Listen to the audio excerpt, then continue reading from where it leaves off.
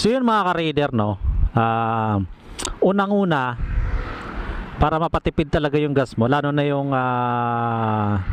naka racing garb, is dapat nakatono yung karburador mo. Dapat nakatono yung karburador mo mga ka-raider, kasi pag hindi yan nakatono, malakas sa gasolina yan. Kumbaga birit ka ng birit, yung takbo mo